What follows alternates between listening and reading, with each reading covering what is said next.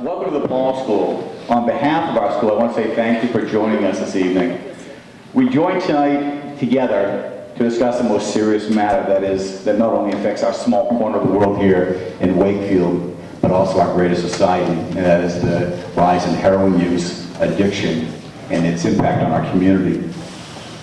We've established this panel here, who've graciously shown up tonight, local community leaders from our local area as well as our county.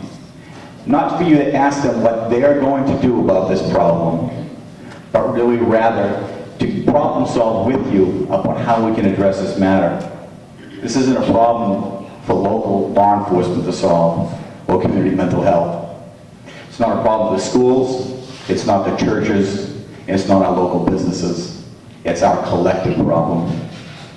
And I hope that through this evening's dialogue between all of us, we can start to decide what we can do, but better yet, what we will do. This is about preserving our community, a community that cares about itself and those who are here within it. Tonight's not about finger pointing. It's about coming together to help our community. Those who are suffering from addiction are our friends and neighbors.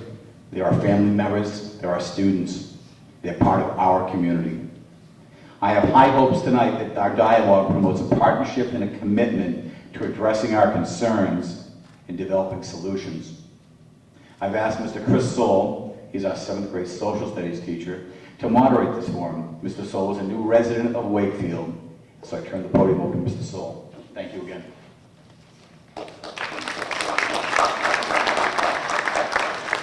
Will you please all rise and join me in the pledge? I pledge allegiance to the flag of the United States of America and to the republic for which it stands, one nation, under God, indivisible, with liberty and justice for all. All right, so as Mr. Gregoire said, my name is Chris Soul. I'm the 7th and 8th grade social studies teacher here at the Paul School. And I was asked to moderate this evening's forum, so here I am. My wife Kristen and I chose to move to Sanbornville last year.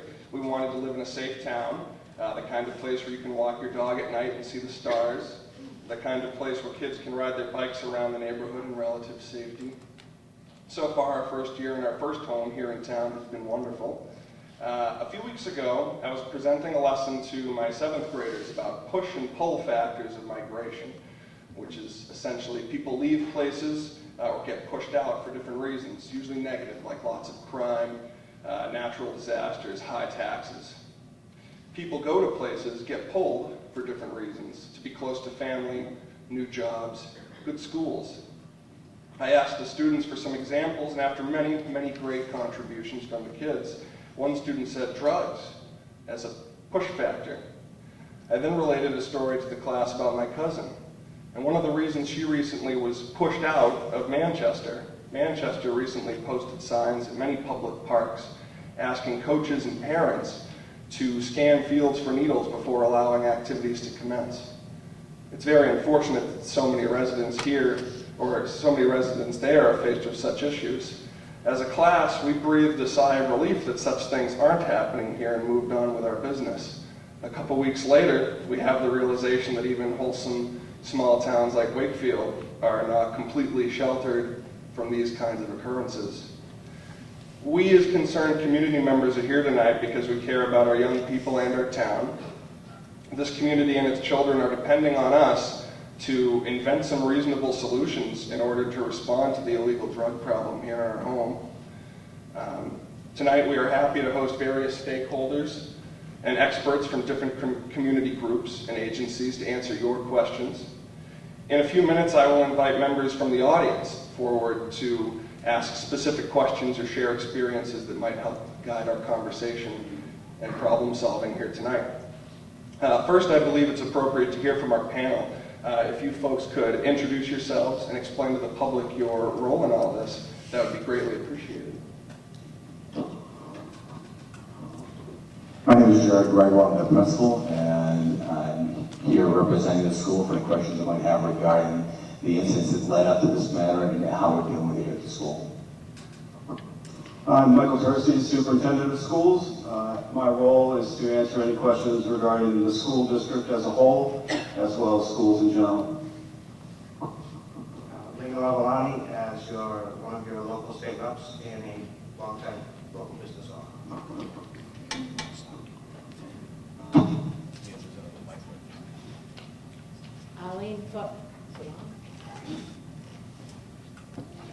Arlene Fogg, welfare administrator for the town of Wakefield in the area, and I deal with a lot of the people that are addicted, so I'm here just to be educated and maybe have a little input. Thank you.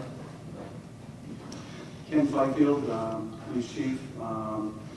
Drugs are still a crime, and I will tell you about the things that we're doing to address them and working with other people. Janet Williams, paramedic representing Wakefield Fire Department. Also another hat, some background information, working at Huggins Hospital as the EMS coordinator. And I'm here to help answer questions, what the response is when somebody's had the overdose, and any other questions you have. Mark O'Brien, Lieutenant of the Police Department, here to answer questions from the Police Department's stances and what we're doing. Sarah Pinson from Northern Human Services, which is the community mental health center for Carroll County. And we're just here to, we work with many with addictions and here to answer any questions you might have. I'm Jennifer Selfridge from Carroll County Coalition for Public Health. I'm the Substance Misuse Prevention Coordinator. And I'm here because I hope that after this evening we'll have other opportunities to get together and share solutions to this problem. I am Reverend Mary James, the pastor of the First Congregational Church of Wakefield, United Church of Christ, and I'm here representing really all the churches in town. Are any other clergy members here? I see Jan, some others that might be here. We are engaged in conversation with secular partners, town welfare administrators, and other folks looking at solutions, ways that the churches can be engaged and helping, and I can share information with you about that. Excellent. Before we hear from folks gathered here in our audience, perhaps Chief Fifield, if you could speak specifically about the incidents that occurred here at Paul School and on the surrounding property. Those were kind of the catalysts for all this support and questioning that were happening in the last week or so. And I think many people here are very concerned about those incidents. Yes. Let me just start by saying that the drug issue is a very serious issue. It is on the rise. And the most important thing that we have in town, as you all know, resides within this building. Our children are the most precious thing we have to protect and make sure that no harm comes to them or bad exposure. So with that said, obviously this was a good catalyst to get this thing going. But I hope that when I explain what happened here at the school, it was good to rise this and get this community started on this. But also I'm hoping that it will relieve a little bit of the tension and concerns. The first incident that was reported was a medical type needle, and I do have a picture in a bag.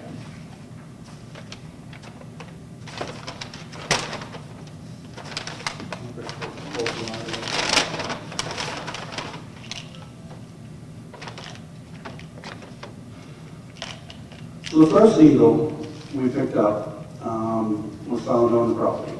Okay. The very first thing we did was to test and see if there was any drugs in this needle. There were not. It was a used needle, but it was not used for drugs. So it may have been knocked out of a car, dropped from a purse, whatever. It was most likely used for something of medical purposes. But we ran the screening for drugs and it was not positive for drugs. The second needle that was found a little later, a little bit larger, and it's very concerning looking. But it's actually a pen. It's not a needle. So we don't actually have any evidence that drugs were used on this campus. That is a good warning for us. we're going to make sure that there's no drugs used on this campus. We have stepped up patrols on this campus because this is secluded, especially at nighttime, and it's really a prime place for people to come maybe and use drugs in the parking lot, get high, and usually maybe people might not bother them. So that's brought awareness to us that, you know, this really could happen here. We're going to make sure it doesn't happen here. Now, with respect to finding needles in town, we have found needles in town, and they have had heroin. Matter of fact, we found a needle today that tested positive for heroin at a local gas station. That's really concerning for a couple of reasons. One, it's in town, and we know of it. The other is, if it's used off the roadway, we know that people use drugs and they're driving. So the incidence of driving while under the influence of not just alcohol, which was the old days, there's been a lot more frequency of driving under the influence of drugs. That's really concerning because we're not talking about somebody who's maybe a little bit impaired. We're talking about somebody that can completely be out and travel right across the lane. So that is something that, you know, we have to get a better handle on. With respect to town, I did compile some numbers that may be a little bit alarming. We've had 12 overdoses this year, you know, right in town. Several of those overdoses were saves, meaning that the person was dead for all intents and purposes. With the aid of the ambulance fire department and Narcan, they were brought back to life. Some of those overdoses were on purpose. They were people that were trying to take their life. They weren't just an accidental overdose. So out of the 12, 5 of those overdoses went to the hospital because there were people trying to kill themselves. That's still leaving 12 people who accidentally just taken too many drugs in the call. Arrests that came from the overdoses were 4. Partly because there is a Good Samaritan law that prevents the person if they call in from being arrested. There's good and bad about that, and I'm not going to debate that here. There were no deaths, you know, permanent deaths with the 12 that we had in town. I can tell you that one person that did overdose later overdosed in another town and died. And out of the 12 that were overdosed, 11 of them went to the hospital. I don't know why the other one didn't. I'm just, you know, doing the stats. We have looked into 34 different drug-related investigations, and we have charged 70 charges for multiple different types of drugs, which relates to, and I'm not going to take up the whole floor, which relates to another thing. Heroin is a bad problem. It is on the rise.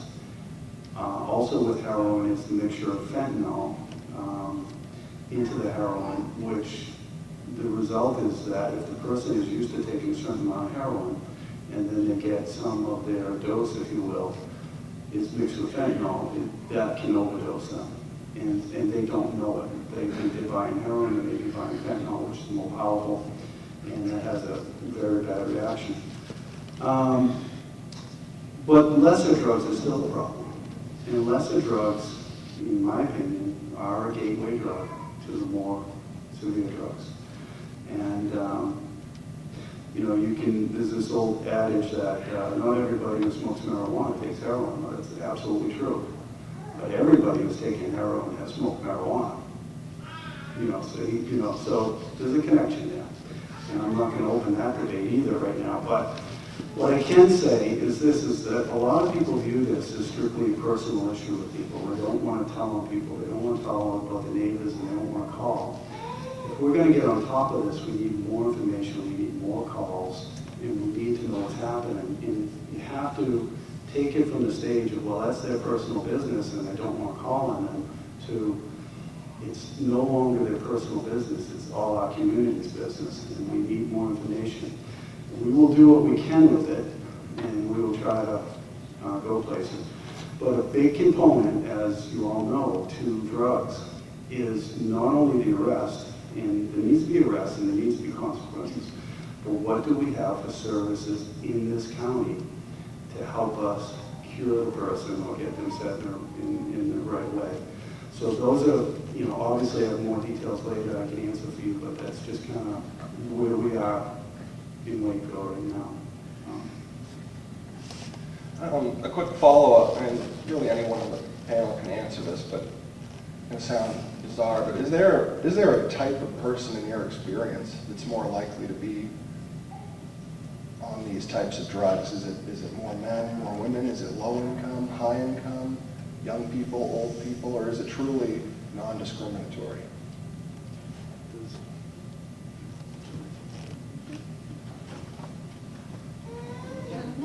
So the answer to that in short is no.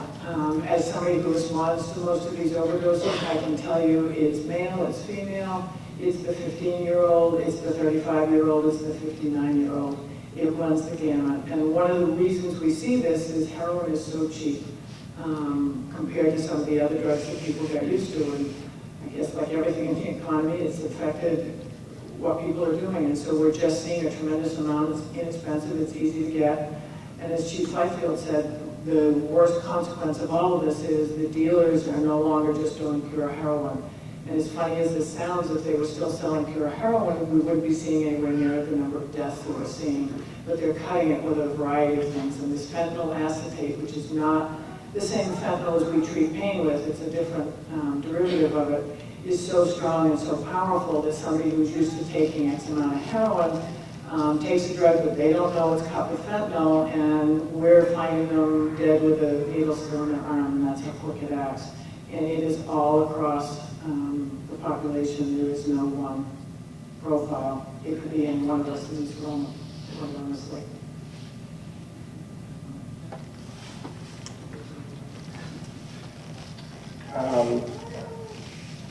In what ways could the children of the school be at risk? I guess is sort of a very open question that I'll address, and then I'll quiet down and let you folks talk.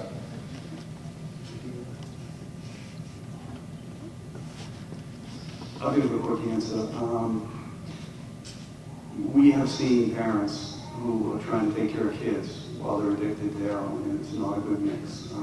Just recently we had a situation where both parents were users of, regular users.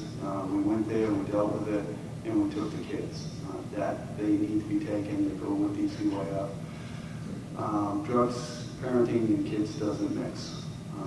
And for follow up on that, I will pass this down the line. And I agree with that, in the sense that, I'm a clinician at Northern Human Services, and I work with many children, and I think that is the risk with the kids, is that, many of the parents are caring for them and, doing this. I think as kids get older as well, that I think the gateway to this opiates is pain medications, and I think that's a big starting factor. And so, because for many of them, that's where it starts. And I think education on that for kids, and education on what to do, if they're seeing someone using needles, or how to deal with needles, and just education on drugs and the impact that can have can be something to help when they're at risk. Just to add one thing to that, a lot of people think that people choose, once they've started taking heroin and they're quote unquote addicted, they think that they choose to take that every dose that they take. And I think what we need to understand as a community is this is a disease process, and the person who's been doing heroin every day for the past 2 years does not think and have the same conscious thought process that you and I have. They do not consciously think about what they're doing, and their brain chemistry actually changes as a result of doing that medication for so long. And so some of their actions, or most of their actions, they're not really responsible for. And the chemicals in their brain really change their way of thinking so that they're driven to seek more drug and get that high yet again. And the problem is, as the chief was just saying, when they have kids or they have parents, they're clearly not making the most educated decisions and the wisest choices for their kids. So what we really want to do is educate kids so they don't start doing what they see their parents doing, and we also want to make sure that we don't have children that are put in that environment and in harm's way, and a caretaker who's doing the drugs.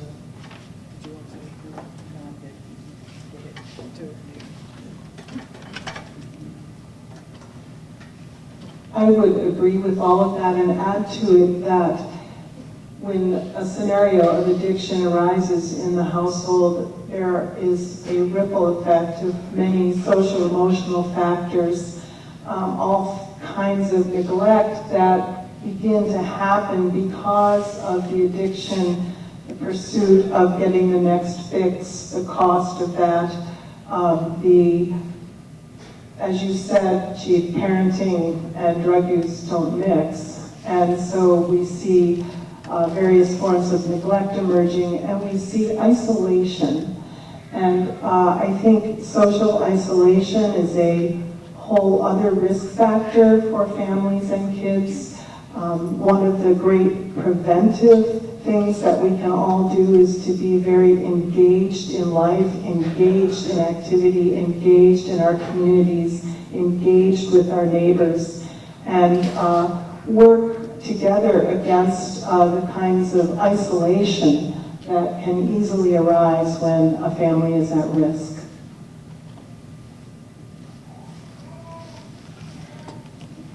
Okay, thank you. At this time, I want to invite folks from the audience to come up to the mic we have set up front here. And you're welcome to speak freely or address questions to the panel or certain members of the panel. I will be doing my best, and I hope you will do your best too, to keep to a 3-minute limit on what you're going to contribute. We ask that you be courteous to other community members and the thoughts they came to express as well. I'd like to make a suggestion that when one of the panel members speaks, that they stand so that we can hear them better, we see them better. The students actually talking, it's hard to see between the folks here. Thank you. I think we can do that. Very good.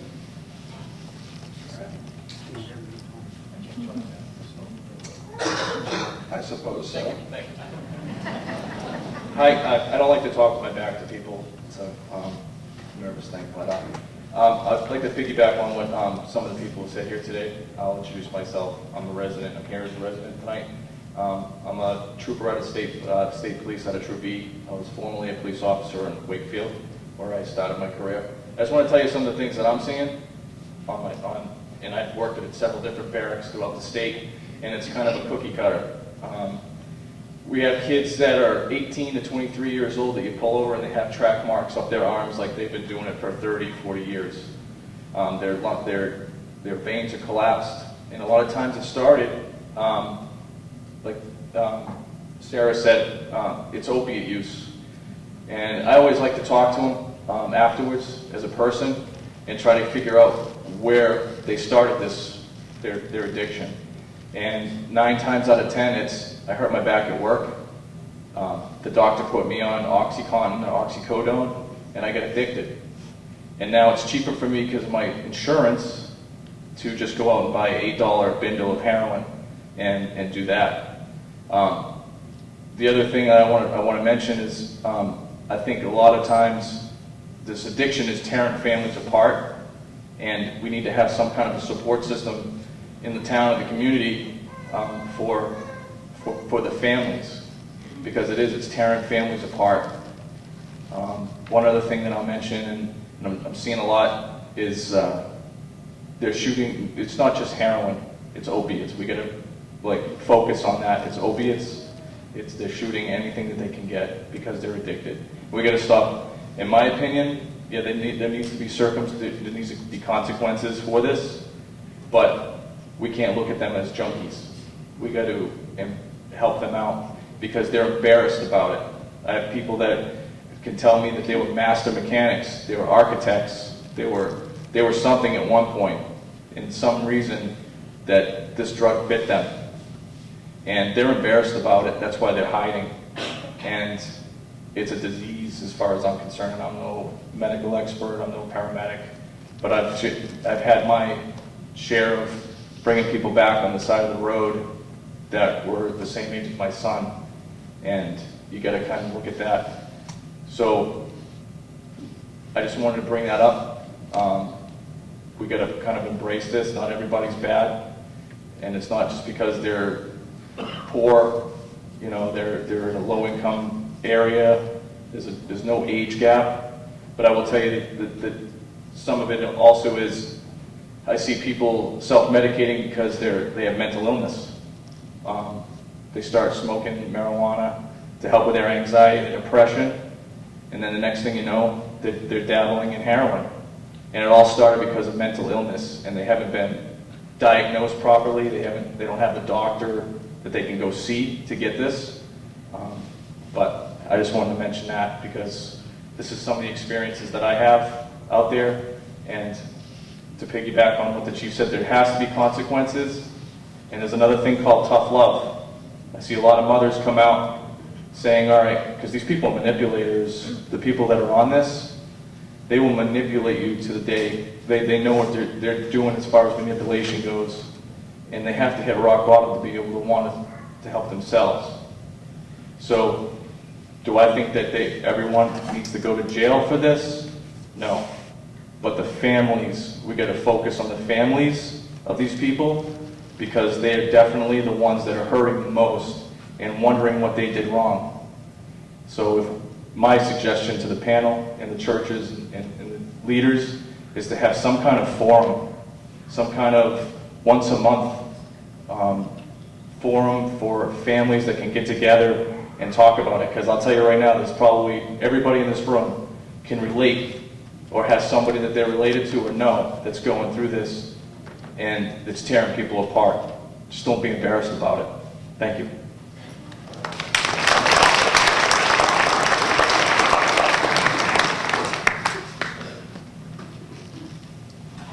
Yes, it's a follow-up to what you just said, and thank you so much for those words, because they're powerful. I have a support group of families of loved ones suffering from substance misuse, and that's in Farmington. I have been personally affected by this, and find that there's a lot of families who need support, and it is out there, but I think it needs to grow. I'd love to work with Jennifer. She does a fabulous job in getting more family support in this area and have it grow further. So if anyone is interested in that, I have all my information out there. Jennifer has my information, and I'd love to help you guys get that started, because it is so important. We need support too. And what was your name for? My name is Lynn Fuller. Okay, thank you. Thank you.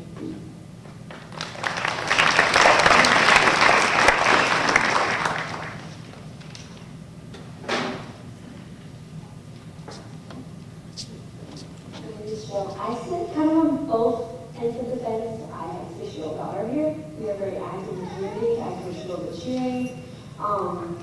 We know a lot of people. I also have a cousin who has been battling heroin, and the stories I could tell you would just make you cry. So I feel very upset that I have to explain to my 6-year-olds what drugs are.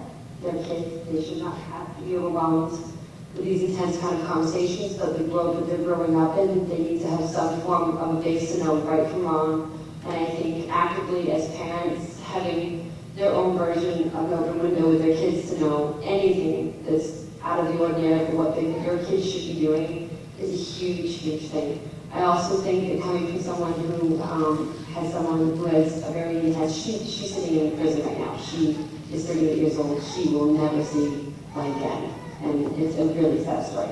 And heroin has absolutely been, if she ever got off, she would probably not make it off the streets.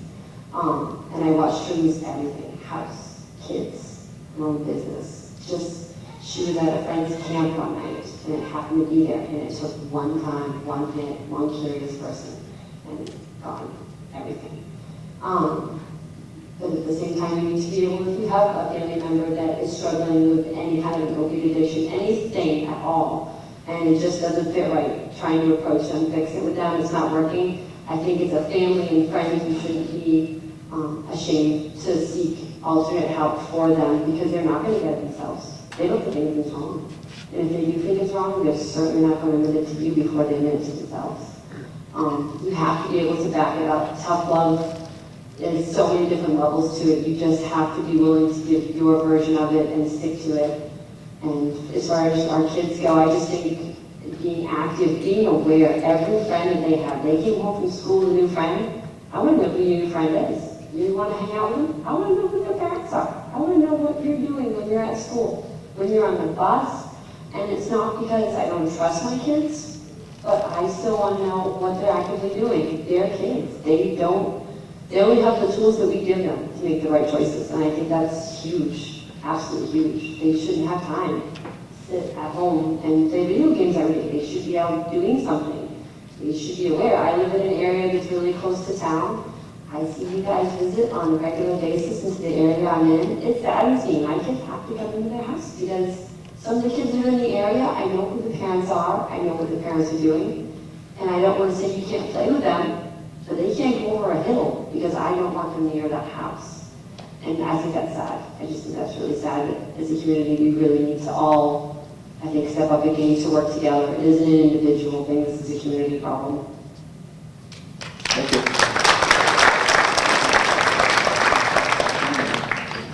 Can I steal your pulpit? I don't like the whole back thing.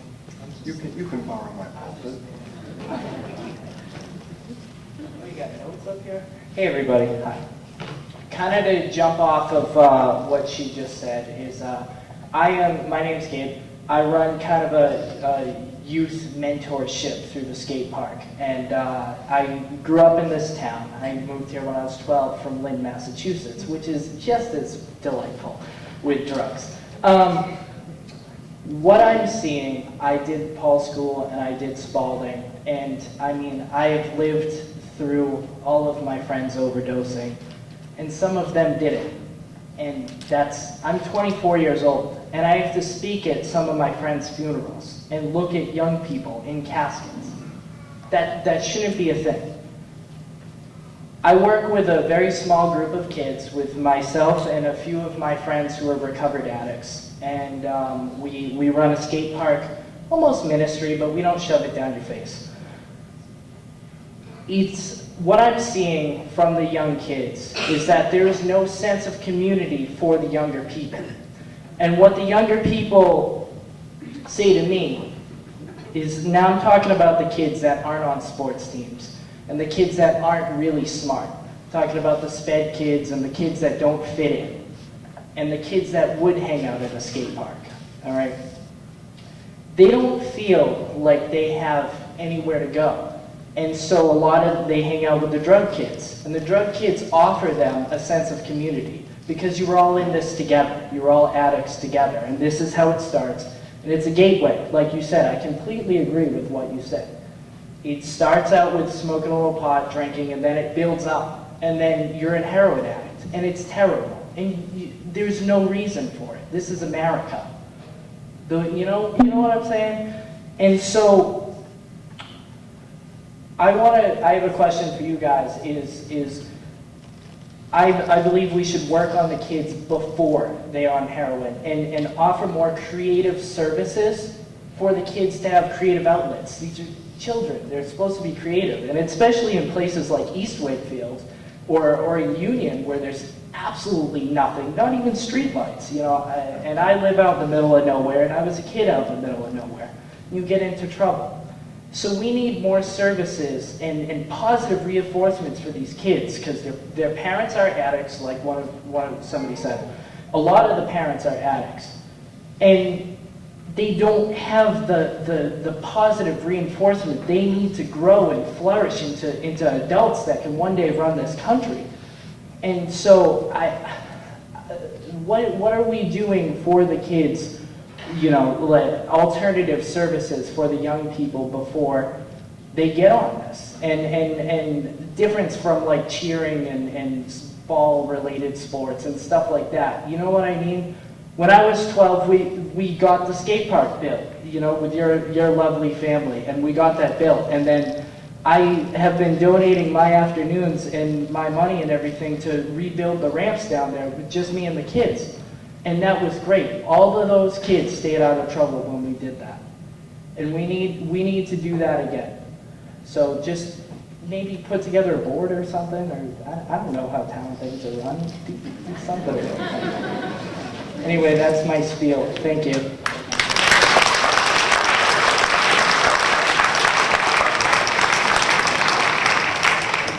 I guess, to piggyback off that, as a faculty member, has there been any discussion at the school or even the board level to look at like different activities that the school does? I know we offer some.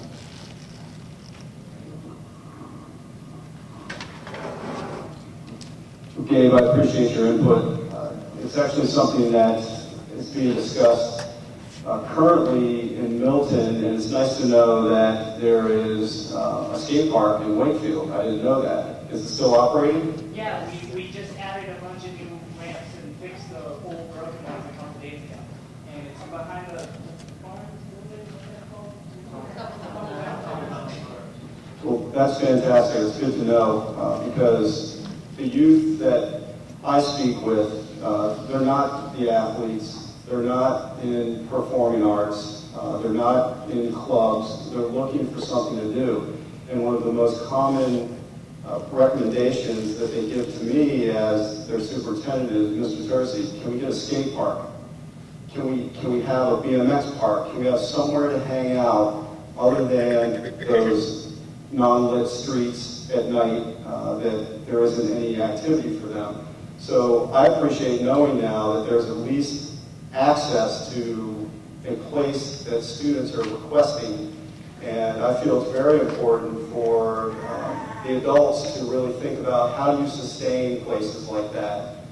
And it's very important when you talk about sustainability, because what kids don't want to see is something put into place and then it becomes dilapidated, which my understanding was a skate park in Milton, the same thing happened, and it became dilapidated, no one wanted to take care of it, it became an insurance issue, they ripped it down, and now there isn't anything there. I think we can overcome those issues, because I understand that kids need a place to be, particularly when they're not in school, where they can get a sense of community, and they can get some energy out, and they can enjoy some things that they might not regularly have an opportunity to enjoy within a regular school type of program. So I appreciate your comments, Gabe, and I think it's something that we should continue talking about, because I feel strongly that those are places of positive interaction with students that can pursue their own interests outside of what would be considered the norm, and that can provide them a safe place to experience risk in a positive way. Very good.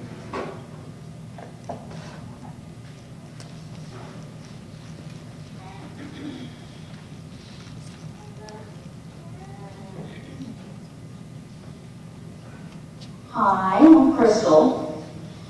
I have 3 kids that go to this school, but I'm also a certified pharmacy technician, so drugs are kind of my thing. I want to please people lock up your drugs.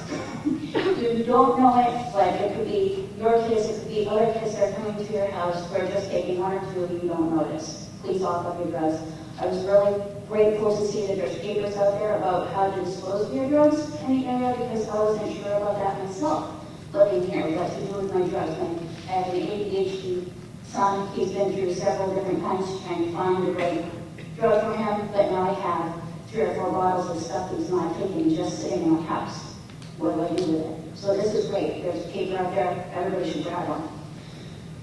I want to talk about the syringes in particular. I have concerns about that. Working in the pharmacy, how easy it is to get your hands on syringes. In New Hampshire, you don't have to have a prescription, but you do have to have a log. The pharmacies have to keep a log. The one I work out, you don't do that. You have to have a prescription. But vet prescriptions are very easy to tamper with, because they don't have to follow the same tamper-resistant restrictions. So these are things that need to be kind of addressed, is how easy it is to get your hands on those. So that's my concern. My concern is, do our kids know what to do if they come across a syringe or other paraphernalia out on the playground? Do they know what to do should they accidentally get stuck with one to say something? This is what I'm wondering about. My question to you. Thank you, Crystal. You know, one thing we're doing here at the school, we started once we discovered the original syringe. The chief Highfield was talking about the one that came back as negative. We began sweeping the parking lot before school, and as well as sweeping the playground area and right up by the softball field in the back. We sweep that first thing in the morning. We sweep it before recess, just to be double short. You know, that said, you know, without, and it's not too cliches like finding a needle in a haystack out there in the grass. It's challenging. In the morning it announced, and I announce every morning now at this point to the students, if you find something that looks out of place on the playground, I don't say just a syringe, anything that looks out of place. Someone was banging a spoon this morning. They thought they found a spoon, and you know, immediate thought is, oh great, we've got a drug spoon. Turns out the child had brought it out from their lunch. It was their own yogurt spoon. But again, if something looks out of place, let somebody know. Don't touch it. Just let somebody know so the students know not to pick it up. We haven't gone deep into the syringe, what do to get stuck. We haven't gotten that far yet. Right now, it's more about if you find something out there, let it be and let us know. And again, those are our efforts just to make sure all of our students stay safe. I don't want our teachers touching it. We'll go out there and we'll take care of it. We need to be the ones to take care of these things. Thank you, Mom. Can I say something? I guess I raised 2 kids and we navigated adolescence and all of that, and they're now not with me any longer. They're grown up. But if I were in your shoes, I would have a conversation with my children. First thing in the morning, if they're already in bed, or the last thing you say, don't touch things. Don't put unsafe things in your mouth. These conversations that we've had with our kids since time began, it's time to make sure that we're having them often. Because your influence, they'll think about it when they see something. So the school will sweep, and if you talk with your children, we should be in pretty good shape. So one last note, please use your pharmacies. If you have questions about things, you can call the pharmacies and check out on things. I work in a Rochester pharmacy, and I had a parent call and say, I found a pill on the floor, I don't know what it is. And we can look that up, and we can help you when that shows up, who to talk to and stuff. So please use your pharmacies. The Northern Poison Control Center will do the same thing. So keep those numbers handy. You know, and while Crystal was up there, she mentioned, you know, about the laws right now for prescriptions and how easy it is to get needles and whatnot. We have some members of the state legislature here, and I wonder if maybe one of them would like to comment on kind of what the discussion is at the state government level and how those conversations are happening and maybe what forward movement the state is doing to combat this.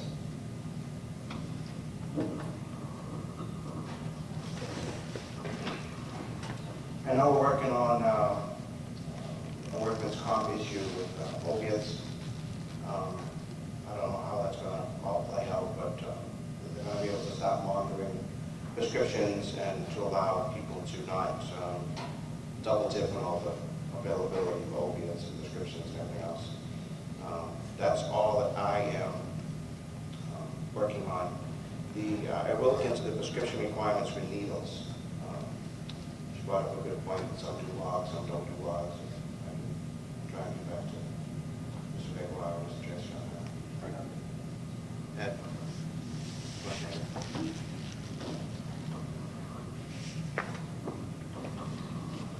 At Comeau, Wakefield, what I'm observing down in the state capital is the frustration. The fact that Wakefield is pretty far away from Manchester, but Manchester has an explosion of heroin use. I mean, if you Google heroin deaths in Manchester, it will show you a map. And it's just red dot after red dot. And it actually shows you in what instance they used Narcan to save someone. Now, when confronted with voting for the acceptance of Narcan, I felt I had no choice, because when you have a parent come to you begging you to do something, even though some people feel that it may give a safety net to the drug user, so they'll just keep going back and using it again, knowing that they're going to have this product to save them. But how do you say no to that when a parent is so distraught about this? The state is not going to be able to solve this issue. It can be a part of it, but we have to change what's in here. We have to start having dinner with our families. We have to start spending time with our kids, knowing where they're at all the time. I mean, I wasn't allowed to go anywhere. I had to be home at 5:30. If I didn't get home at 5:30, I got beat. So I learned quick. Sometimes you have to have tough love. So I don't know what the state can do. The state is already short of money as it is to run itself. We may just have to just look to each other and the community. Because that may be the only way this can be solved. But I did have a question. What can a parent look for if they think their child may be using heroin? What are the signs for the initial heroin use? Because kids are doing this younger and younger. And don't think this is just going to happen in Manchester, because the drug pipe goes up 16, Farmington, Wakefield, Ossipee, shoots over to Maine. It's all over the place. So if a community like this comes together, it'll tell every drug dealer, keep on moving. And that's what we have to keep doing. Send the message out that we're not going to tolerate it. Don't only have tough love about your kids doing anything. You have to have toughness to these dealers, because they do know how to manipulate. Many years ago, I did have a friend of mine that died of a heroin overdose. And this was years ago, and it was in Philadelphia, Pennsylvania, so it hits. So I don't know, but what would be the signs that... Here.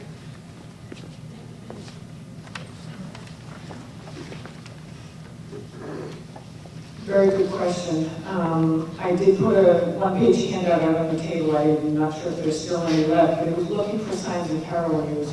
Because I think a lot of us aren't aware of what to look for in our kids. We think everything is going well day after day. And this just explains some of the signs of what they're going through. It's everything from sleeping, from change of personality, so to speak. If they're sleeping a lot, they can't seem to stay awake during the daytime. Long sleeve shirts because they're trying to hide the aforementioned track marks. Start lying to you, not being quite truthful, being vague about where they're going. Scabs and sores, they pick at the skin. That's one of the side effects of some of the medications that it gets cut with. It sounds funny, but seriously, itching, rubbing, and an itchy nose. Narcotics are known to, it's a side effect of narcotics. Slurred speech. Thefts, missing money. If you think, you had $20 in your wallet and you keep coming up short every week, start looking at where that's going. But this is a handout that if it's not out there, I'll bring a stack over and put it in the principal's office so it's available for all of you, because I think it's really important. And part of the step of a community trying to treat this problem is recognizing where you have a problem. The other handout that sort of went hand in hand with it, if you don't use heroin, you may not know what it is, how it works, and the different forms. It's not just about shooting heroin. They can take it in different ways. On a separate topic, I just would like to address the needle issue and with pharmacies. It's a double-edged sword whether we control how people can get the syringes, because you look on the one hand, yes, you don't want them to get it because you don't want them to do the drug. Let me tell you that if somebody wants to do the drugs, they will find the needles or a method to do it. So you have to ask yourself the question, do you want them using dirty needles or do you want them using clean needles? Dirty needles start a whole other gamut of disease process going. So before we jump on the bandwagon and say we want to limit access to needles, take a look and a good hard look at what the other side of that is, and clean needles are better for everybody involved and families involved than dirty needles. And I'm not advocating we give them away, but I just want you to realize there are two sides to that.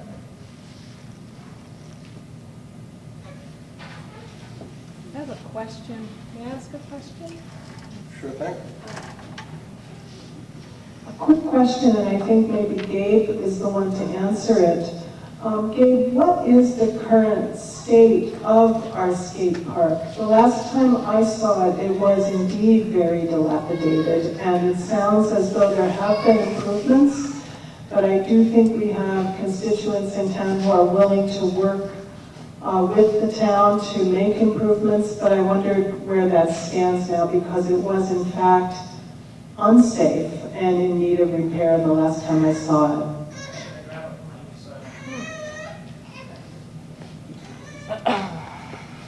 Hey, welcome back. Hi. Okay, so the skate park situation, it was really bad, and there was holes in the ramps, and we have been laying down new wood that we've all kind of donated ourselves. There have been talks about moving the skate park out to the ball field. Okay, all right. I don't think that's a good idea, for the record, if anybody here has a part of that, because we are so close to the police and ambulance area. We don't have injuries very often, but it is nice to have the police and ambulance right there as well. So we could really use some help rebuilding the ramps, because, I mean, they're not unsafe. But we built that, what, almost 10 years ago around? It's plywood out in the snow. It's, you know, Wakefield, we get a lot of snow. So the state of it is very poor. And maybe we could get some sort of fundraiser or something like that to revamp and get the whole community involved, or something along those lines. And I think, you know, I was down there today, I'm all cut up, because I had a group of my kids, and I was teaching them how to lay down plywood, and we're all working with hammers and how to safely use like hammers and nails and everything. The kids are so eager to be involved in fixing something, and they're all taking pictures with their phones and putting it up that like, hey, I helped lay this plywood. We need that. You know what I mean? All right, that's it. I'm done. Hi, my name's Sherry. I work at the medical center here in town. First, let me say that I understand everyone's fear with what's happening. I agree that addiction is an illness. I have a different perspective on it, as do some of the medical professionals here. I also am a member of the Parks and Rec Commission. So in answer to your question, yes, the skate park is in disarray. It is going to be moved to the ballpark. We want that area to be a community place. We want people to come there. We want our children to come there. We want a community center. We want, the police are going to be, I'm sure you're already doing more patrols through there, right? And it's a mess. It needs to be cleaned up. If anyone wants to help, if anyone has any ideas as to getting it put back together, that would be a huge help. But that is what is going to be happening moving forward. So I see a lot of people shaking their heads. They don't agree with it. I don't think it's worked where it was. I think it's been a mess. It's been vandalized. Go ahead. It isn't the skate park kids who vandalize. I understand that. And just to put a different spin Oh, I on it. understand that, and I'm not pointing any fingers, absolutely. And if your group wants to help, have you come to the rec, go talk to Wayne, offer some assistance with because if your group, we want everyone involved. One perspective that you guys might not have thought of is it's going to be really hard for the local skate park kids to be able to get all the way out to the ball field, and then the store is a major thing, and then there's so many parents and teachers and community right where it currently is right now. So God forbid if there ever was anything, somebody gets hurt, they can buy Band-Aids right there. They need water. It's really hot in the summertime. It has all been addressed. Unfortunately, Wakefield is a huge land area. And so there isn't, I don't think, any one great place to put anything. As you said, people out in East Wakefield, they probably can't get anywhere if they don't have parents that are willing to do that for them. So What about behind the rec center? behind the rec center is, that land is leased to my knowledge. Don't quote me on all of that, but we don't own it. Can I ask you a question? My name is Bonnie Sear. Concerns I had when we built the skate park, and my family donated the money to build it, because my son Hayden didn't like organized sports. He was extreme. He wanted a dirt bike. He wanted a skateboard. But these young children were sent down there, and they were supervised. Pardon me? My name is Bonnie Sear. The skate park is a wonderful outlet for children who like extreme sports and a little independence. The problem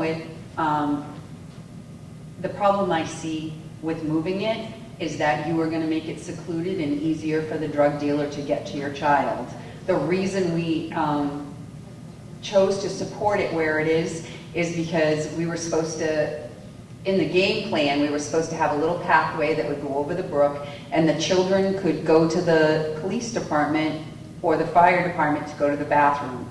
That would make them have a hand-in-hand friendship with you, so they would get to know you. It's in a public place. But you have a 10-year-old who you give 2 gallons of water to send him down for a couple hours. You drop him off, you're checking on him by going by the police department so he feels like he's independent, but he's not. But there's no shade, the trash doesn't get empty, and there's no porta potty, so your children are going to the bathroom in the woods and then getting a ticket for indecent exposure. But so the extreme part of these kids, the creativity, the ability, the athletic ability, everyone's like, oh, your child's a skateboarder, he's a druggie. No, my child's an athlete. And he can do things on a piece of wood that none of you can do on your own 2 feet. So I find it offensive when people say your child is a skateboarder, he's a druggie. He's not. He's a healthy kid. He likes his independence, and he has no fear and lots of broken bones. But he needs a place to buy a Band-Aid. He needs a place to buy a Gatorade. He needs a place to go to the bathroom because there isn't any, and he needs adult supervision. He needs to have someone there, almost like a gate. If you go to, we have the luxury of living in a town called Bonita Springs in Florida. Their skate park and their center is something I dream about for Wakefield. You have to enter a gate.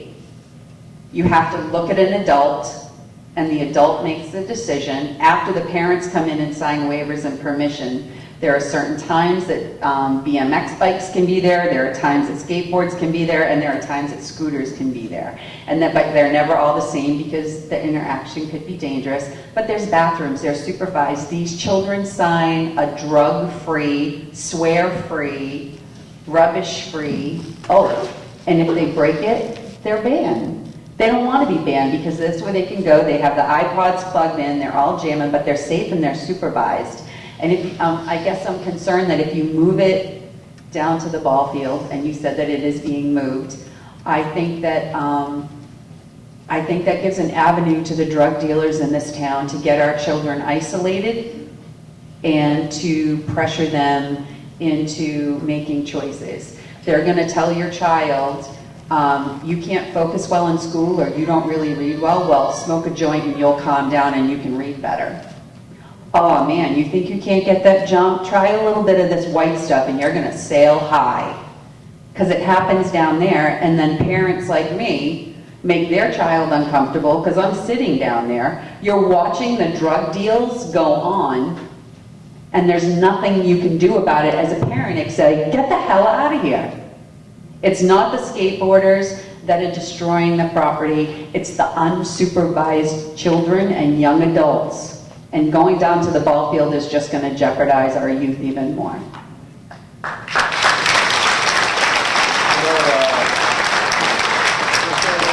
We've been talking a lot about this skate park, and I think I'll let the chief comment in a moment, but I think another question that is being brought up by all this is the types of people, and I think more specifically the types of young people that are at risk for this. And I asked earlier, is it non-discriminatory? Is there truly a type of student that heroin is going to impact more so, or like with the adult victims, is it truly non-discriminatory?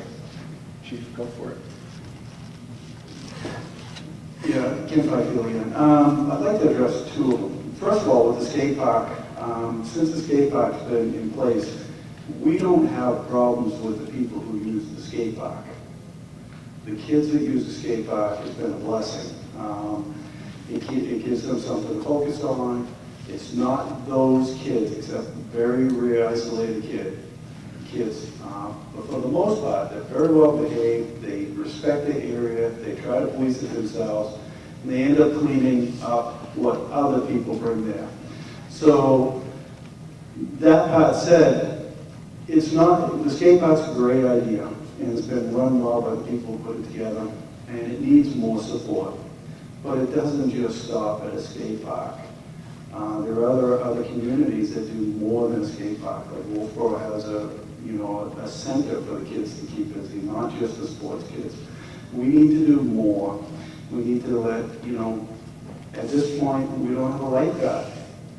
There's a lot of lakes in town. We need to do more. The more we do with keeping the kids busy, and tell Wayne all the time, and Wayne does a great job with what he has, but the more that we can give the kids to keep them positively occupied, the less of these issues that we'll deal with. On the other hand, as far as what types of kids are exposed, everybody is exposed. We know that, and it goes across the gamut. But there are kids who are at more risk than other kids. And obviously those are kids that come from families that it's already in. Those are kids that come from families that have other behaviors, addictive behaviors that they see that make them prone to that. Just like the cycle of domestic violence jumps generations, the cycle of substance abuse jumps generations. So how do we combat that? First thing we do is, thankfully, we have a great community and you all came out because you care. That's the first thing. The other thing too is we do keep the kids occupied. And we find more things that we can, it's a small investment with big results. And the more we can help Wayne to get other things in, like the skate park.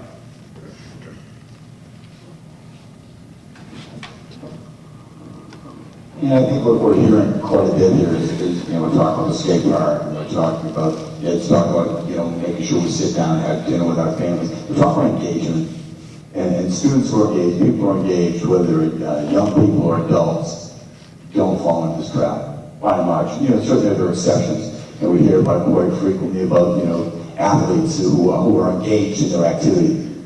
But you're talking about finding more things for kids to do. And I had the pleasure the other day of we were running a touch a truck thing here at school here in a couple of weeks. Mr. Byrne, the assistant principal, took the opportunity to walk around the neighborhood and meet some neighbors and say, look, we're going to be having a touch a truck. You're going to find a lot of cars. You'll be parked on a Saturday, probably in front of your house. But the nice thing about that was getting out and talking with people. I met a woman who lives around the corner, and she said, oh yeah, I know about the school. I used to go over there and help with genealogy. You have kids that are interested in genealogy? I said, I don't know. I'm not quite sure if we have kids that are interested. Would you be interested in coming and talking about genealogy? It's about engaging kids. It doesn't have to be the teacher. It doesn't have to be Dave, who's a skateboard guy, or the chief who's going to run some dare type program, a shield, or whatever it is. Every one of us has something to offer our community. It's the opportunity. We need to come together and figure out what that is. Whether we use it, so, we talk about having a safe place to go, whether it's, the ball field or the skate park. I can think of no safer place than the school. How do we use this place beyond that, 8:30 to 3 o'clock in the afternoon? We run some after school programs. Mr. Soul coordinates that entire after-school program. How else do we meet our kids? And I don't think that has to mean just right after school. It's a big empty building come 3:30. It's pretty empty on the weekend. How do we use this building? I don't have the answer. And that's what I say, I'm asking you to help us figure this out. We can make this community so much stronger by engaging our students. We don't lose kids by and large who are engaged. That doesn't happen. Can you come up and use the mic? I know.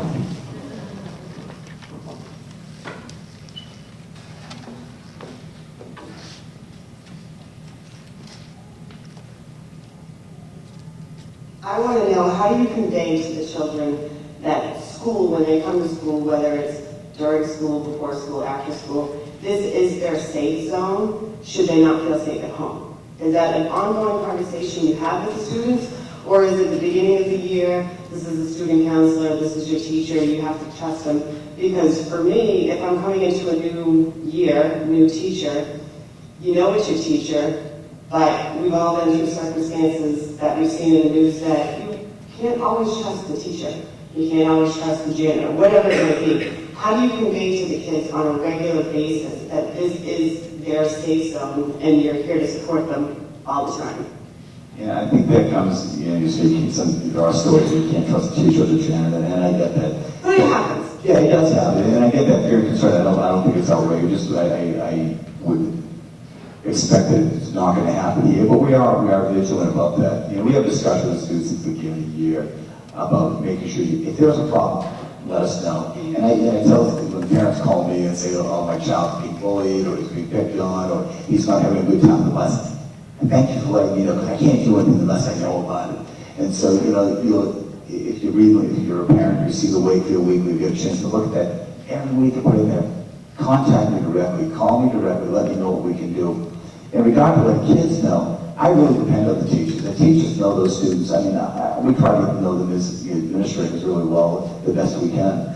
But I really lean on the teachers to say, John is not having a good time. We know that dad's out of the house right now, mom's struggling with 2 jobs. We'll go touch base. The council will touch base, the school council, the social worker. Joe Williams is a great group of boys, and they just love to hang out with Joe, to help him fix something. We try to do an awful lot of PBIS, where we have a number of people with positive behavior interventions here in the school. We have a huge team of teachers and other staff who are part of that, who engage kids and try to do what we call tier 3 or tier 2, kids who are having some difficulties, or kids who are having really major difficulties in tier 3. And so we're always trying to reach out to those kids. Sometimes we miss it. Sometimes we just don't know because we miss it. And, no one wants to, feel good about it. No one feels good about that. But, we certainly are reaching out all the time. One of the things, since I'm already up here, is you had suggested earlier that the community, if you had suspicions or you saw something, you can't do anything about it as the law enforcement without people coming to you. If someone should come to you with a suspicion, what is it really you can do about their suspicions? How do you differentiate and weed between someone who's just upset with somebody and someone who really has a valid concern? How do you follow up with that? Yeah, that's a good question. Sometimes people want to tell us something anonymously. They'll say, I'm worried about somebody. I think they're dabbling in this. I think they may be involved. I really don't know. I don't want to say anything that's going to get them in trouble. First of all, we don't just arrest somebody because somebody says they think they do something. But what it does give us the ability is when you hear something a number of times, your flag goes up and say, uh-oh. But to get to the crux of the matter is that if you know your neighbor is engaged in selling product that's killing people, and you see the cars coming in and out, and you know they're not coming for coffee because it only took 4 minutes, if you see patterns like that, in New England, we're kind of mind our own business people. And so that's our general nature. So we don't want to say things about people we really don't know. But if you see things that are out of place, the cars coming in and out, it's a crowd that you really don't recognize. They're not local people, and they change. Anybody can have company, but it usually stays a little longer than 4 minutes. So things like that. You may have personal knowledge, and sometimes the only thing you can do to save a person's life is to say, I hate to say this, but I know they use it, and I know they're driving. So then, if we know a person's using it and they drive limit, we can't stop them. But we can stop them if they go over the line.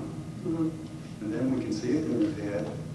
And then name that arrest. Many of the arrests that I talked about, out of all the arrests, every time we arrest somebody, one thing we want to happen is they're not getting out of that without seeking treatment. If you get arrested, you will seek treatment. So sometimes an arrest saves somebody's life. So it's a balancing act. So I don't know if that was a good answer. Yeah. My name is Joe Billett. I'm a resident of East Wakefield. And I guess I just have a question. Every time you turn on the news anymore, it seems like New Hampshire is the focal point for this heroin epidemic. And is that really the case? Does Vermont have the same level of problem? Does Maine have the same level of problem? And you look at the other rural New Hampshire, rural New England states, and you don't hear so much about them as long as New Hampshire. Is there something?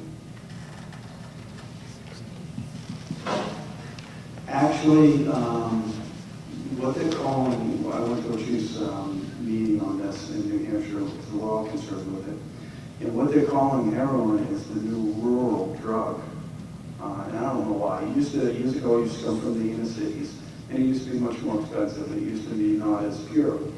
Now it's gotten much less expensive, and it's going out into the rural areas. So they're dubbing it the new rural drug.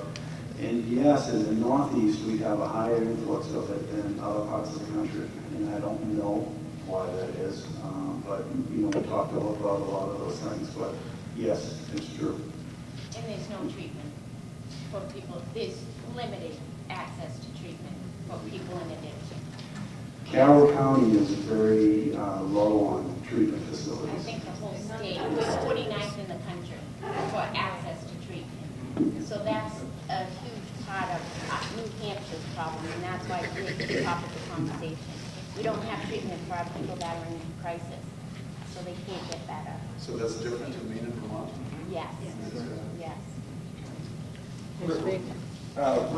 Yes, and really quick, because the gentleman brought up New Hampshire specifically, I read that New Hampshire also has the highest rate of underage drinking, and that it happens a lot during the summers too. And I guess my question is that true? And if so, is that contributing to New Hampshire's kind of newfound prominence as the gentleman put it, heroin place?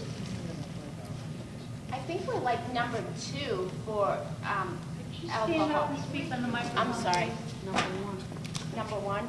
Thank you so much. I thought it's even, she said it's number 1 for alcohol use in this, particularly with our teens. But as far as access to treatment, we are 49th in the country for access to treatment. We just don't have it. People, our people that are affected and addicted, they can't get the help. They have a window of opportunity. When they're sick and tired of being sick and tired, they want help. They make a phone call, you can't, it's really difficult to get in. So that's why it's important for our representatives, call your representatives, tell them we want access to treatment. We want funding to go to prevention, treatment, and recovery, because unfortunately we're not getting it. So it is a topic of conversation with our politicians. You wanted to add? Yes, one of the things I want to mention, so a lot of times by the time I get a client and they're addicted to one thing or another, they're pretty broken. But one of the reasons I kind of just figured this out on my own is that we do not have any shelters in Carroll County. There is very little treatment centers, and the people that I've seen that have been broken that have actually had to call a PD or call a counselor and get them into treatment or whatever they end up doing with them, and everything is confidential. Once they leave the hospital, they're back on the street. And another thing, a lot of these people, where there's no shelters, will go and stay at your house, and before you know it, there's 10 or 12 adults living with a bunch of kids, bunch of animals, they have animals, and there may be a few addicts in between.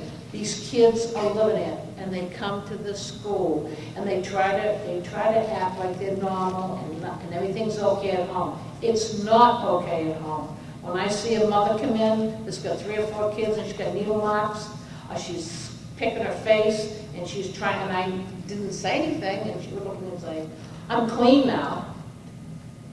You know, it's just like, I just shake my head. We don't have a lot to offer to help. I rely on the PD many times. And if somebody wants to tell on their neighbor, I will send them to the police station, and everything is confidential. Nobody should be afraid to pick up their phone and say, can I come in? I'd like to talk. And let them sort it out whether you have a grudge or it's something going on. Because each and every one of us has seen drug trafficking. I know in some of there's a motel, if there's 6 and 7 people living there at one time, then they throw a few kids in there and maybe a couple dogs. And there's no ordinance, there's just nothing we can do except make sure, as neighbors, you turn people in. Everybody I know that has a problem, I try to make the PD aware of it.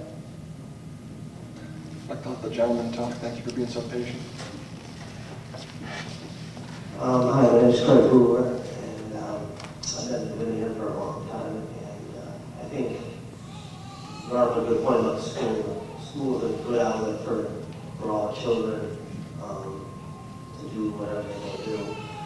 I know we lost a lot of programs over the years. They used to have band. The band is now gone, I believe.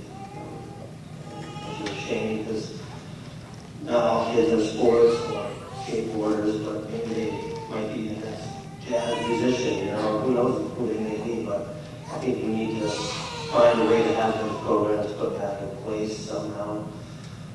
The rec is great. Wayne has done a fabulous job keeping the kids busy.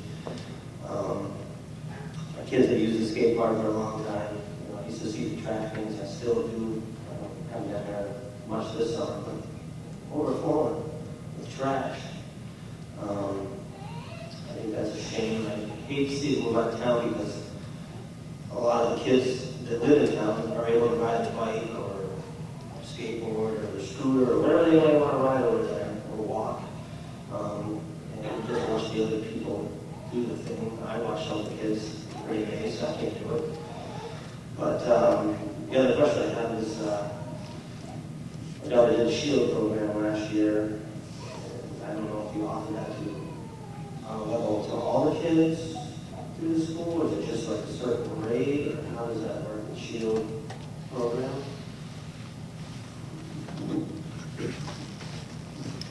The SHIELD program is geared towards the 6th graders. It's the best time we think that we, kind of make that connection with them. And it deals with a lot of risky behavior, not just drugs.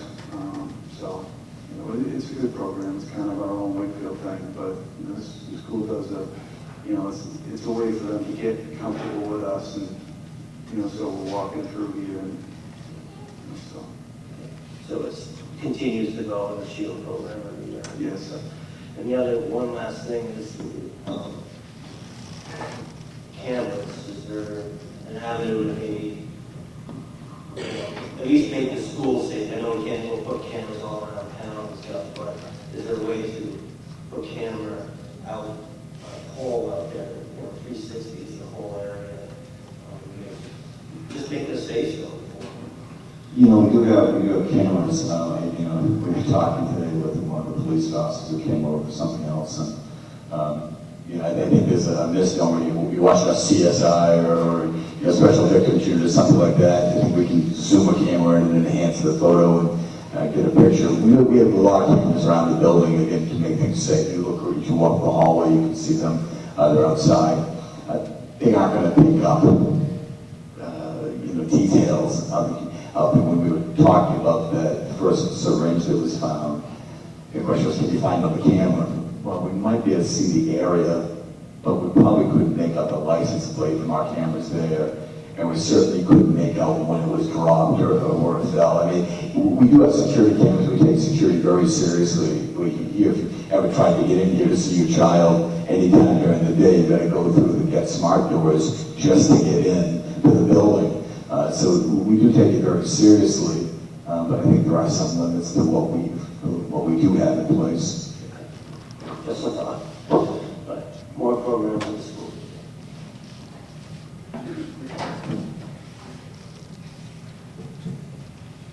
Last time I'll talk, I promise.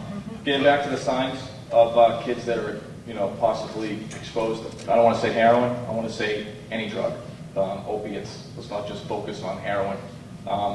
Withdrawal from activities. Your son plays, skateboards. All of a sudden he doesn't want to skateboard anymore. His grades drop if they're usually good in school. Just withdrawals of that. Another thing I'll tell you, there's no such thing as privacy with kids. Hack into their Facebook accounts. Check their phones. If they have passwords on their phones or their laptops, you better have them. And go in there and don't trust them. I mean, you want to trust your kids, but be detectives as well and check them all the time. That's all I have to think. Thank you. Hi, my name is Colleen McCastro. I own the Wakefield Inn, and I employ a lot of teenagers who go to Spalding. And I've heard them talk about heroin. They see heroin as Spalding. So who should I send them to? Can they come talk to the police here, or should I be sending them to guidance counselors at Spalding? Both. Both.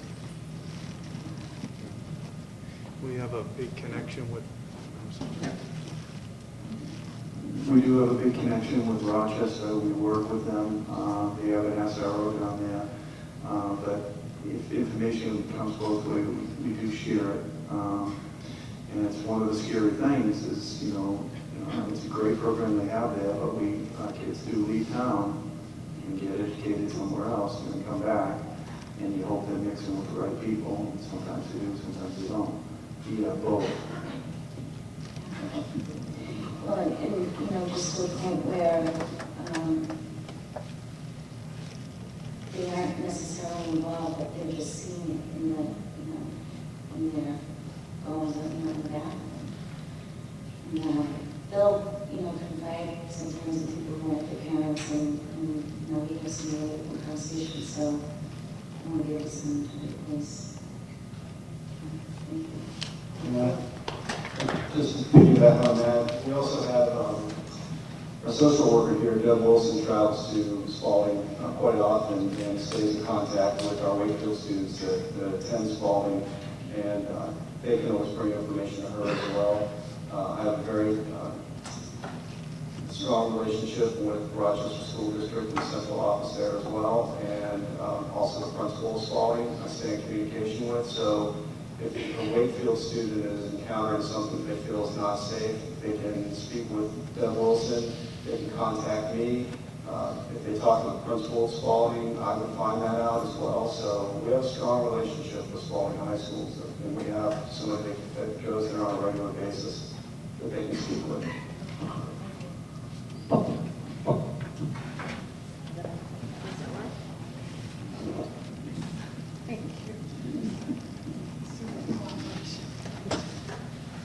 I want to piggyback on the notion of engagement.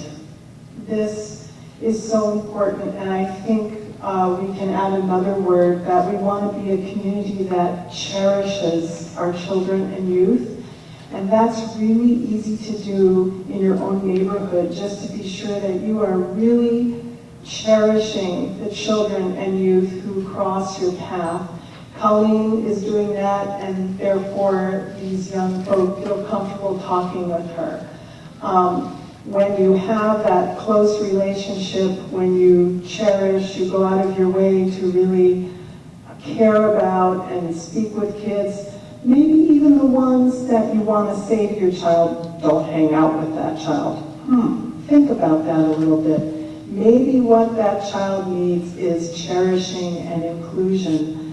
There are so many ways to be engaged We need funding for things like band. We need Cub Scout leaders. We need Girl Scout leaders. We need Boy Scout leaders. We have several awesome communities of faith in our town that welcome children and youth and have all kinds of opportunities for them and cherish them. We have a lot of older folk in town who are lonely, who would love nothing more than to be adopted as an adopted grandparent to a child who maybe does not have access to a grandparent nearby.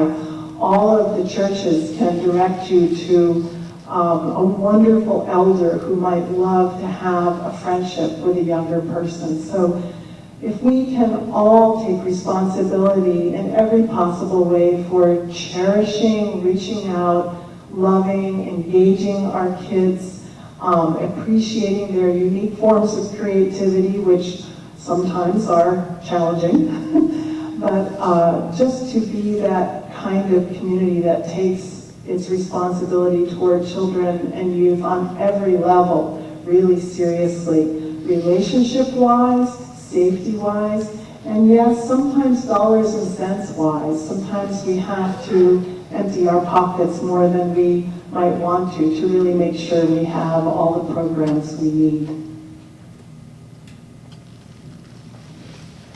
Folks, we're reaching the end of tonight, so if anyone has other comments, please feel welcome to come up to the mic and share them.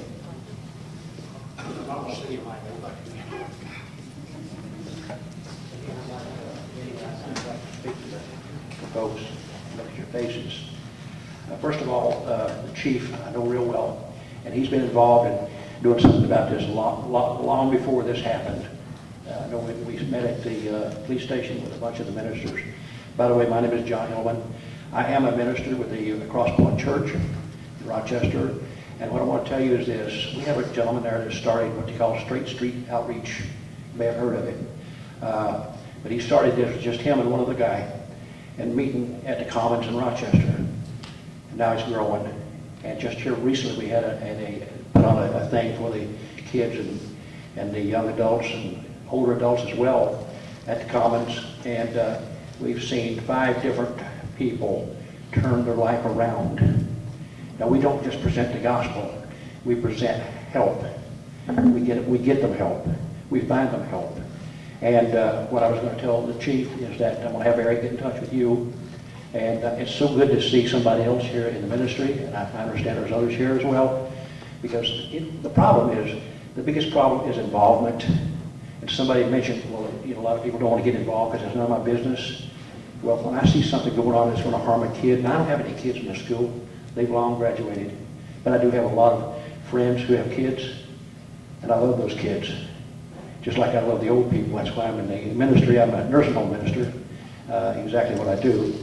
But involvement is a big thing, and churches need to get together in the community and work together and help out the police department, the schools. And we're going to do all we can to help, because it is a problem. But it's a problem and it's going to grow if we let it grow. I heard it once said that a lot of little shots make a big shot. So that's one little shot. We will work with you, and you work with us, et cetera, and we can do a lot. We may never take care of everything, but a little bit we can do, okay?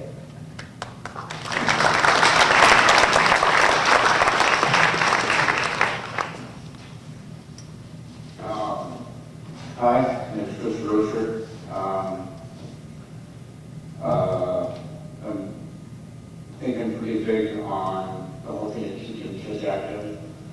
The skate park is a great thing. Mark does a good job. There's a good amount of kids that don't want to do sports, because it's not the thing. Or even the skate park might not be for them. Think of a few towns in southern Maine. That's kind of where I grew up. They have centers where kids can go, where it's kind of hands-on activities for doing pool or foosball or music. That's a huge thing. Kids are hugely influenced by music today. from all kinds. A lot of kids that don't want to do sports, they're with the skate park, or don't want to do the skate park, whatever. They're really big into music. They play guitars, bass guitars, drums, vocals. They're all into that stuff. So why not have a place where they can congregate and do stuff like that? Whether at the school or building itself. I could think of when I was younger, or when everybody else was probably younger, playing in pool or just stuff like that, activities like that. It keeps kids busy and big groups and stuff like that, where they can socialize with each other. And yeah, adult supervision and stuff like that there or whatnot. But I think that would be a big influence for the kids that don't really have a whole lot to do with participating in a lot of that stuff.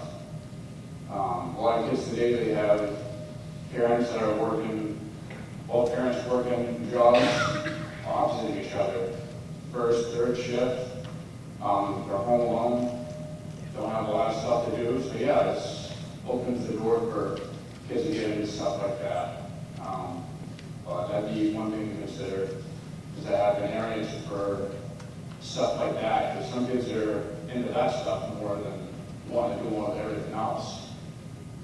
So it's kind of open the window up a little bit more, because kids have a lot of different things they're interested in. So. Thank you. Thank you.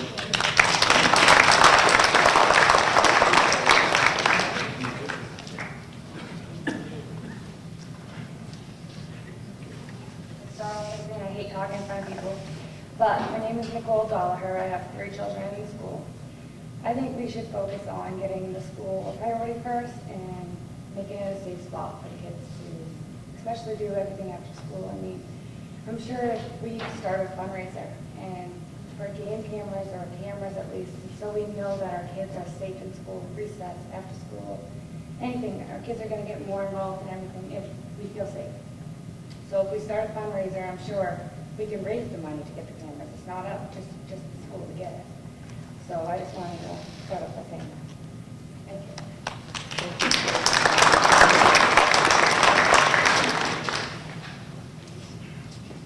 First of all, I want to express to Dave that we felt your anguish and your disappointment. Probably with the town who set up this committee to do a skate park.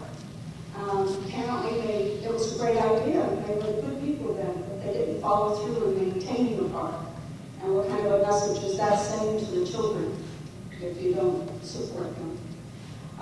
We also need to support our parents. You don't know what we're having to deal with some days in certain situations, and when we see unruly children and frustrated parents, we just need to give them our support and let them know that we care, and just ask, is there anything we can do to help you? We need to share our love so the children feel the love. I do have to say that I 2 weeks ago went to the planning board meeting about keeping general dollar out of this town. I'm sorry to say, I think there were more people there than here tonight. I'd like to see the drugs out of this town instead. Thank you.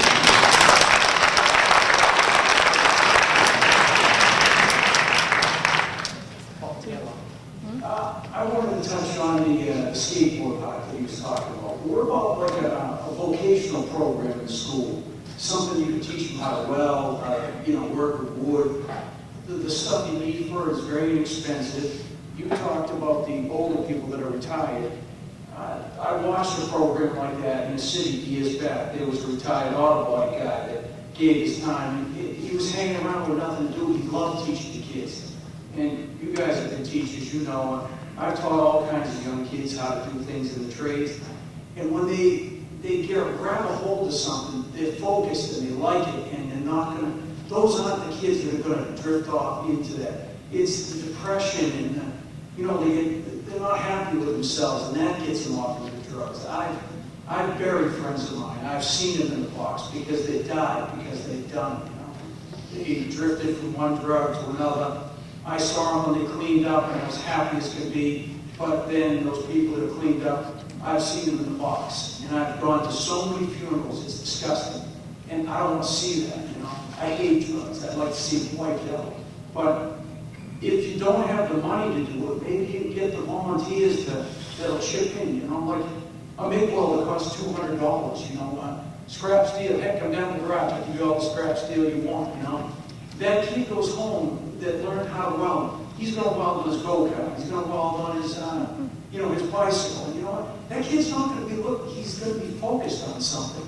Give the kid a piece of wood. Doesn't cost a lot of money. Okay, so maybe girls do. Maybe a girl wants to build a birdhouse, you know, male or female, it doesn't matter. You know, you can build a stool, you know, like, did you have wood shop when you guys went to school? You know, you build that little stool, and were you ever so proud of that stool? I know one thing was wobbling, I kept that thing for 20 years, but I was proud of it, and it was something the kids could do. You guys know how school works, you have a little spot or room that you could do it, but I don't think you're talking about something that's going to cost a ton of money, and that's the key. And like Wayne's got, you know, he takes care of them kids, he does as much as he can, but Wayne also doesn't get the support that he needs when he wants to build something nice. The community doesn't come out forced to be behind him when he needs that for, you know. It tends to, we overlook the children and say, wow, you know, it's more important, we need the money for this, we need the money for that. Well, if we don't put the money into our youth, we won't have a community. Because we're all going to get old someday, and if the youth doesn't come up, a good youth, what are we going to have, you know? And the police department, you guys do an excellent job, and I applaud your efforts. I did have one question. Do we actually have heroin dealers in Wakefield? Have you arrested heroin dealers? Yes, we do. And is it a large scale, or is it just something small that you wipe it out? And... We haven't wiped it out. We have people that are, we know, they're, you know, we're not talking, you know, cigarette boats and things like that. Okay. We have people that are driving around and they're selling it. And we're kind of on to them, and we're doing what we can. But if we get you know, like we've had some arrests where we've actually bought from them. Okay. And those are in the process. There's no tolerance for that. Good, good. There should be. I don't see everyone go to jail, you know? And they should. Yeah. And so you find that when you do stomp them out that you're making headway to a certain extent. We want to make a lot more headway. But we do have a safe community, but we do have an issue. Yeah. So I'm not going to color it like there's no issue. No, that's why we're here. You know, I want to see push more people. We have issues, but we still live in a great place. Yeah, it is safe, relatively speaking, but we don't want this to creep in on us. I have this old saying, I call this, my nickname for this community is I like this to be like Mayberry. Yeah. And the question is, would we accept this in Mayberry? And I don't think we would, and we shouldn't accept it here. Well, I applaud your efforts, all your efforts. You know? Thank you very much. Paul, I think questions are points. You know, we have so many different ways to engage kids, whether it's with a MIG welder working on a go-kart, he's a gearhead, or he wants to build something with wood. And like you, I still have that 8th grade wood project hanging on my wall, that big whale with Gregoire and a pretty sketchy route, but it's still there. And I think we do engage kids and build upon that pride. And I think as we leave here tonight, I don't think the conversation should end here just because we're walking out after the big forum that we've been pushing this week. It's not about ending it now. It really should just be the start of things and how we address the community and where we go from here. Not so much we say, okay, we kind of aired our concerns. We said what's bothering us. We've heard some good answers. We know that there wasn't any heroin in the needle. And that's great. But the problem isn't over. And I think it's just the opportunity for us as a community to look forward to always talking about what else can we do?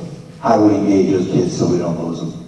Is the money there for it, though? Not right now. I think I wanted to, career kind of from a mental health perspective is that there are a lot of issues in that. This has been an issue for a very, very long time, and addiction is a disease, and it's a very hard thing to recover from, and there are a lot of aspects of it that are very challenging, and it gets to the point where there is the denial, and there is it, and it goes and goes and goes, But the treatment is the key that isn't here right now. And that's where, so to stop to getting to the point where it's dealing and to getting to all these points is getting them the treatment that they need. And as Northern Human Services, we don't have the resources. We have one LADAC, which is a licensed alcohol and drug counselor. And it's hard for people to get their LADAC. People can't pay for school to go there. People, the state has made it very difficult to get licensed as an alcohol. So we don't have them available on an outpatient level. We have no inpatient treatment, that's available. Or if there is, well, we'll call. I'm, at a point where I want to get the treatment that I need, I'll call. But you're going to be on a waiting list for 3 days. So even if I want to shoot up right now, and I'm thinking about it, but I'm like, oh, I really want to get treatment, it's not going to happen in that day. Or when I had a call the other day, and it was, probably 20-year-old calling and just crying and asking, you're the last person that I've called, and I'm a heroin addict, and I want to get better. What do I do? And I had to say, here's the numbers, here's the call, provided the emotional support, and had to say that was as far as, we can go. And but we need the state to be on board to get there. And so I think as a community, advocating to better your community is to advocate at a higher level to get them to buy into the treatment aspect. So, on that note, we're a little bit past our time, but on behalf of the panel and on behalf of the Paul School, I do want to thank all of you folks that came out tonight in support of our town and citizens, young and old. And our hope is that we can keep this conversation going, as Mr. Gregoire said, and compassionately look out for each other and weather the storm, drive home safe, and take care.